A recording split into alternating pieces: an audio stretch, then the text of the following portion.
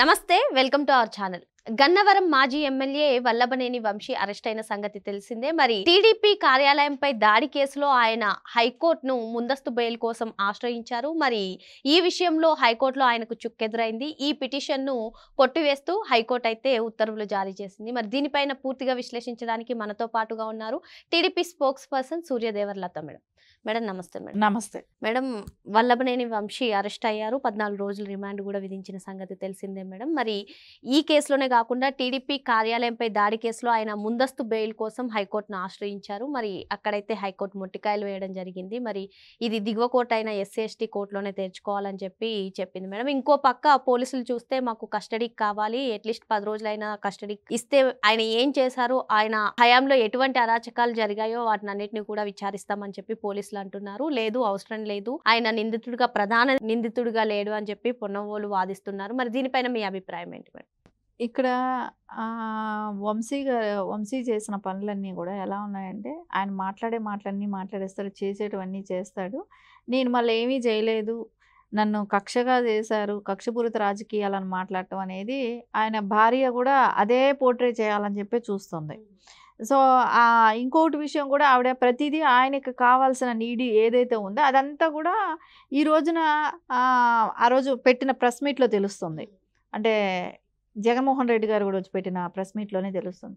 ఆయన ఏమనుకుంటున్నాడు, అదంతా ఇప్పుడు రాష్ట్ర గవర్నమెంట్ తీసుకెళ్ళి ఆయనకి మంచం వేయాలి, పరుపు వేయాలి, ఆయనకి కావాల్సిన ఈ నీడ్ అంతా ఇవ్వాలి అనేది చెప్తున్నాడు.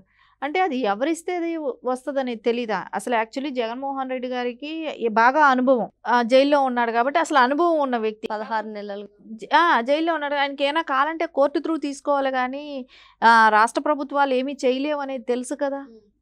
అయినా కూడా అక్కడ ఏంటి, రాష్ట్ర ప్రభుత్వం మీద బయట ఉన్న, ఇప్పుడు ఆయన చెప్తే ఏదో నేను చెప్తే నమ్ముతారు అనే ఉద్దేశంతో అట్లాంటివి కొన్ని చెప్తున్నాడు. సరే, ఈ రోజున బెయిల్ రద్దయింది, ముందస్తు బెయిల్కి వాళ్ళు చేసుకున్నారు, అది కూడా రద్దయింది. రద్దయిన తర్వాత కూడా ఇప్పుడు మళ్ళీ ఆయన పోలీసులకి అయితే కస్టడీకి వెళ్ళాలి కదా, ఇంట్రాగేషన్ అంటూ స్టార్ట్ అవ్వాలి, ఆయన ఏం చెప్తాడు అనేది తెలియాలి. ఎందుకంటే 14 రోజులు రిమాండ్ ఇచ్చారు, ఆ రిమాండ్లో పోలీస్ కస్టడీకి తీసుకోవాల్సిన అవసరం ఉంది. ఇప్పుడు పున్నూలు సుధాకర్ గారు ఆయన చేసేది ఏంటి, ముందే ప్రెస్ మీట్లు పెడతాడు. ఎందుకంటే మనం గతంలో చూసాం, నారా చంద్రబాబు నాయుడు గారి విషయం వచ్చినప్పుడు ఆయన చూసింది ఏంటంటే, ఆయన ముందే ప్రెస్ మీట్లు పెడతాడు, ముందే ఆయనే చెప్తాడు, ఈయనే జడ్జిమెంట్ ఇచ్చేసే రకంగా ఈయన చెప్తుంటాడు.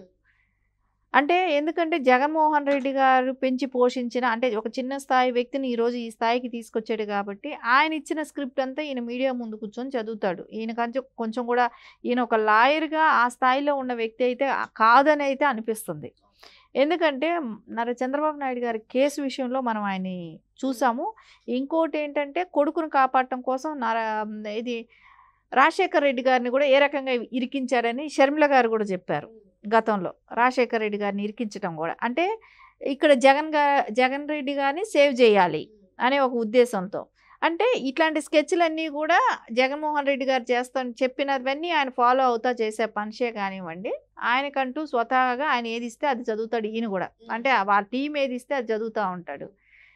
ఈరోజు బెయిల్ రాలేదు, సరే ఆయన కస్టడీకి వెళ్ళాలి, పోలీస్ కస్టడీకి అయితే తప్పదు, అది కంపల్సరీ వెళ్ళాల్సిందే. ఇప్పుడు ఆయన ఏం చెప్తాడు, పోలీసులకి ఏం చెప్తాడు, ఆయన వెనకుండి చేయించింది ఎవరు, సత్యవర్ధన్ని కిడ్నాప్ చేస్తే నీకు ప్రాబ్లం లేదు, మేము ఉంటాం చూసుకుంటాం అన్న మాట అన్నది ఎవరు? సో పక్కా ఎవిడెన్స్లు కూడా ఉన్నాయి కదా. ఆయన లిఫ్ట్లో ఇద్దరు కలిసి వెళ్ళటం కానివ్వండి, ఏ రోజైతే ఇక్కడ జడ్జి గారి దగ్గర స్టేట్మెంట్ ఇచ్చారో ఆ తర్వాతే ఆయన్ని హైదరాబాద్ వరకు తీసుకురావటం, ఒకే లిఫ్ట్లో కార్లో తీసుకురావటం, ఒకే లిఫ్ట్లో వెళ్ళటం, వాళ్ళ ఇంట్లోకి వెళ్ళటం, అంటే ఎంట పెట్టుకొని తిరిగారు ఆయన్ని. 4-5 వ్యక్తులు 2 కార్లలో వేసుకొని ఆయన ఎంట పెట్టుకొని తిరిగారు అన్నప్పుడు అవన్నీ మనకి ఎవిడెన్స్ కనపడినప్పుడు ఇది ఎవరు చెప్తే చేశాడు అంటే, ఇప్పుడు వాళ్ళ అధికారం లేని టైంలో అరెస్ట్ చేశాడు, అది కిడ్నాప్ చేశాడు అని అంటే ఎంత ధైర్యంగా చేశాడు, ఎవరు అండ చూసుకొని చేశాడు, ఏం చేద్దాం అనుకున్నాం అంటే ఇంకా మీ రౌడీ రాజకీయాలు ఇంకా కూడా కొనసాగిద్దామన్నా, దాన్ని ఉపేక్షించేదానికైతే ఎవరూ సిద్ధంగా లేరు. ఇప్పుడు కరెక్ట్గా ఏదైతే జరుగుతుందో పోలీసులు కూడా కొంచెం యాక్షన్ తీసుకుంటున్నారు. కాకపోతే ఇక్కడ ఎక్కడా కూడా గతంలో నారా చంద్రబాబు నాయుడు గారి విషయంలో కానీ, నారా లోకేష్ గారి విషయంలో కానీ ఎంత హార్ష్గా బిహేవ్ చేశారు పోలీస్ డిపార్ట్మెంట్, అలా ఎక్కడా లేదు కదా, ఆ హడావిడి కూడా లేదు కదా. మీరు ప్రతిది వాళ్ళని అరెస్ట్ చేసేటప్పుడు తెలుగుదేశం వాళ్ళని కానివ్వండి, జనసేన వాళ్ళ కానివ్వండి, ఇబ్బందులు పెట్టినప్పుడు అంతా కూడా ఈ రకంగా మీరు వన్ సైడ్గా చేశారు. పోలీసులు కూడా ఎంత హార్ష్గా బిహేవ్ చేశారు. ఎందుకంటే వాళ్ళు ఉద్యోగాలు పోతాయనే భయంతోనో వీడియోస్ తీసి మీకు చూపెట్టాలి. వాళ్ళని ఏ రకంగా ఇబ్బంది పెడుతున్నాం అనేది మీకు వీడియోస్ తీసి చూపెట్టాలి. సో లేకుంటే వాళ్ళకి ప్రమోషన్స్ ఉండవు, వాళ్ళ ఉద్యోగాల భరోసా లేదు, ఎక్కడ వీఆర్ ఇచ్చి ఇంట్లో కూర్చోబెడతారనే భయం. ఈ భయాలతో వాళ్ళు తప్పక చేశారు. సో ఈ రోజున వాళ్ళకి ఒక ఫ్రీడమ్ ఉంది, డిపార్ట్మెంట్కి అంతా కూడా ఇప్పుడు ఒక ఫ్రీడమ్ ఉంది. సో రేపొద్దున వాళ్ళు కూడా నిజం అనేది బయట తీస్తారు. మేడం ఇంకొకటి మేడం, ఇప్పుడు మీరు చెప్పినట్టుగానే మనం రఘురామకృష్ణరాజు గారి కేసులో చూసాము. ఆయన్ని అసలు ఎటువంటి ఆధారాలు లేకుండా కూడా ఆయన్ని అరెస్ట్ చేసి ఆయన గుండెల మీద కూర్చుని కొట్టడం అది చూసాం. మరి ఇప్పుడు ఇదే పొన్నవోలు సుధాకర్ రెడ్డి ఏమంటున్నారంటే వల్లభనేని వంశీని పోలీస్ కస్టడీకి ఇస్తే 3rd డిగ్రీ ఉపయోగించే అవకాశం ఉంది, అందుకని చెప్పి కస్టడీ అవసరం లేదని అటువంటి వ్యాఖ్యలు చేస్తున్నారు. ఏంటి మేడం? ఇప్పుడు 3rd డిగ్రీ ఉపయోగించాలి అని అనుకున్నప్పుడు, అట్లాంటి పనులు చేయాలనుకున్నప్పుడు ఆయన్ని హైదరాబాద్ నుంచి తీసుకొచ్చేటప్పుడే ఏదో ఒక స్టేషన్లో తీసుకెళ్ళచ్చు కదా, కానీ ఎక్కడ చేయలేదు కదా. అదేమన్నా పెద్ద ఈ విషయమా? ఆయన ఏమన్నా పెద్ద ఒక రాష్ట్రానికి 14 సంవత్సరాలు చేసిన సీఎం గారు లాంటి వాళ్ళనే మీరు ఏ రకంగా ఇబ్బంది పెట్టారు? ఒక నైట్ అంటే దగ్గర 2 nights వరకు నిద్ర లేదు.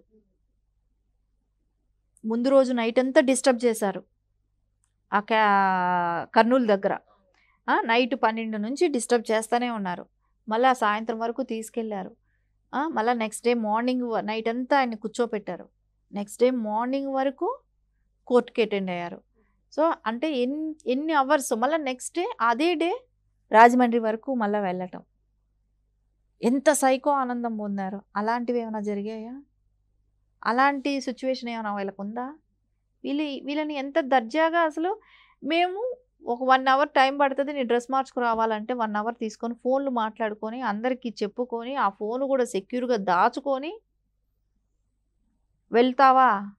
మళ్ళీ నీకు పోలీసులు 3rd డిగ్రీ యూజ్ చేస్తారు, నాకు భయంగా ఉందని అంటావా? చేయాలనుకుంటే ఎప్పుడో చేసేవాళ్ళుగా.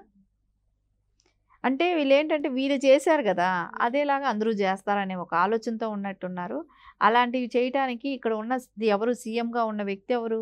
నారా చంద్రబాబు నాయుడు గారు. ఆయన అలాంటి వాటిని ఎప్పుడూ ప్రోత్సహించరు. అలా ప్రోత్సహించుంటే ఈ పాటికే మీరు జైలు నిండిపోయి ఉంటాయి. అది చేస్తే ఎవరికి లాభం చెప్పండి? ఇప్పుడు అవి చేయబట్టే జగన్మోహన్ రెడ్డి ఈరోజు 151 నుంచి 11కి వచ్చాడు. అదే నారా చంద్రబాబు నాయుడు గారు అలాంటివి చేసే ఆయనకి ఒక విజనర్ ఉంది. సో ఆయన అభివృద్ధి చేసి చూపెట్టాలి. ఈ కక్ష మూలాన వచ్చేది ఏమీ లేదు. ఎవడు తప్పు చేస్తాడో అది ఆటోమేటిక్ ఒక ప్రాసెస్ నడిచిపోతుంది. ఆయన కక్ష పెట్టుకొని వీళ్ళందరినీ నేను ఇది చేయాలనే ఆలోచన ఆయనకి లేదు. వీళ్ళు భయపడటం కూడా లేదు. వాంటెడ్లీ ఆయన మీద ఆయన చేయడని వీళ్ళకి తెలుసు. ఆయన అట్లాంటి వాటిని ప్రోత్సహించడు అని చెప్పి వాళ్ళకి బాగా తెలుసు. తెలిసి నిందలు వేస్తున్నారు. సో ఇవన్నీ కూడా కానీ పబ్లిక్కి తెలుసుగా ఆయన ఎలాంటి వ్యక్తి. ఆయన ఏమైనా కొత్తగా వీళ్ళు ఏమైనా పరిచయం చేస్తున్నారా? నారా చంద్రబాబు నాయుడు గారిని వీళ్ళు ఏమైనా కొత్తగా పరిచయం చేస్తున్నారు ఒక సీఎంగా, కొత్తగా వచ్చిన వ్యక్తి. ఆయన గురించి 45 ఏళ్ళగా ఆయన చూస్తున్నారు రాజకీయంలో. ఆయన ఎలాంటి వ్యక్తి, ఆయన చేసే పనులు ఎలా ఉంటాయి, ఆయన కక్షపూరిత రాజకీయాలే చేస్తుంటే ఎంతమందిని చంపేసి ఉండాలి. అసలు జగన్మోహన్ రెడ్డి సీఎం కూడా అయ్యేవాడు కాదు. అప్పట్లోనే ఈయన స్టూడెంట్గా ఉన్నప్పుడు చేసిన వెధవ పనులకే ఆయన మట్టే కదా ఈరోజు మాట్లాడగలుగుతున్నావు. ఈరోజు నువ్వు సీఎం అయ్యావన్నా కూడా నిన్ను చాలా విషయాల్లో అంటే తెలియక చేసావనో ఇంకొకటో మీ నాన్నగారు ఉండి ఆయన రాజశేఖర రెడ్డి గారు ఉండి ఆ రోజున కాపాడుకుంటూ రావటము కాబట్టి తప్పించుకున్నావు. కానీ నీకు ఆ విశ్వాసం కూడా లేదు.